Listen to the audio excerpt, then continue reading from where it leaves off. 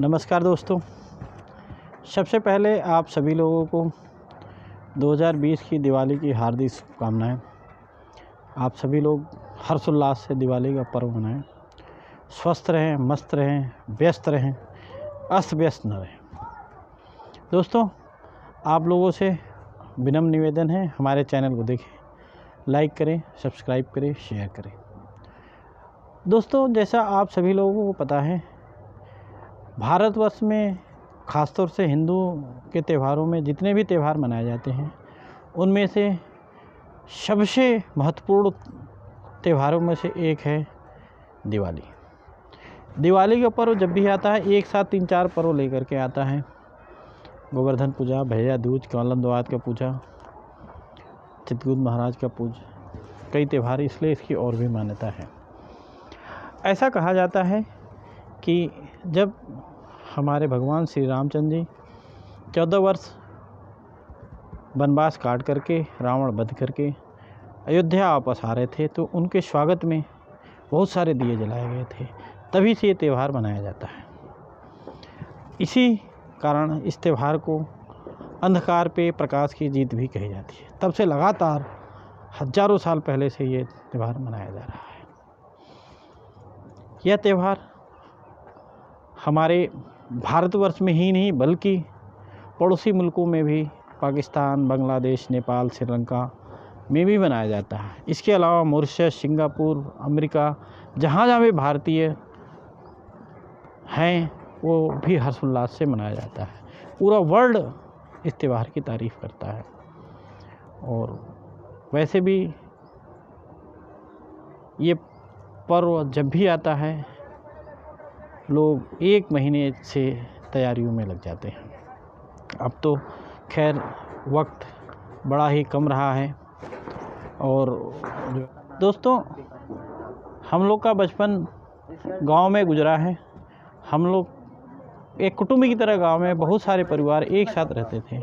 और गांव में उस टाइम पे किस तरह से दिवाली मनाया जाता था, मैं उस पर आप लोगों को अपनी रचना के माध्यम से 4 लाइनें सुनाता हूँ। शायद अब जो दिवाली मनाने का तरीका है, जो हम लोग मनाते थे, उसमें बहुत ज़्यादा फ़र्क हो गया। बच्चों के पास वक्त नहीं है, लोग एक साथ नहीं रहते हैं, छोटी फैमिलियाँ हो गई है। पहले 4-5 घर एक साथ रहते थे कुटुंब में, तो एक साथ सारे त्यौहार मनाते थे। एक त्यौहार पे 15-20 बच्चे एकत्रित होते थे। अब तो 2 ही बच्चे हर घर में हैं और 2 ही बच्चे एक साथ त्यौहार मनाते थे। हम लोग कैसे मनाते थे, उस पर आप लोगों को मैं अपनी रचना के माध्यम से 4 लाइनें सुनाता हूँ। यह उन दिनों की बात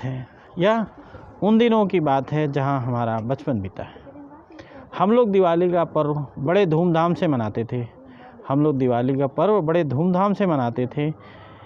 इसकी तैयारी 1 माह पूर्व से ही शुरू कर देते थे। सारे घरों में मिट्टी की पुताई करते थे, क्योंकि घर के अंदर मिट्टी से बने होते थे, तो घर के अंदर की पुताई मिट्टी से होती थी और घर के बाहर की पुताई चूने से करते थे। कभी कभी हम लोग सफ़ेदी खुद लगाते थे। कुम्हार सारे मिट्टी के बर्तन घर तक पहुंचाते थे। सूरन की सब्जी अवश्य बनती थी, ताकि अगले जन्म में छछूंदर का न हो। ऐसी मान्यता थी कि अगर आदमी दिवाली के दिन सूरन की सब्ज़ी नहीं खाएगा तो अगला जन्म उसका छछूंदर का होगा। सत्य कितना है पता नहीं। खैर, शाम होने पर सभी लोग दीपक तैयार करते। घर के कोने कोने तक दीपक जलाते थे। कुछ दीपक खेतों में ले जाते थे। बच्चे सोने से पूर्व विद्या जगाते थे।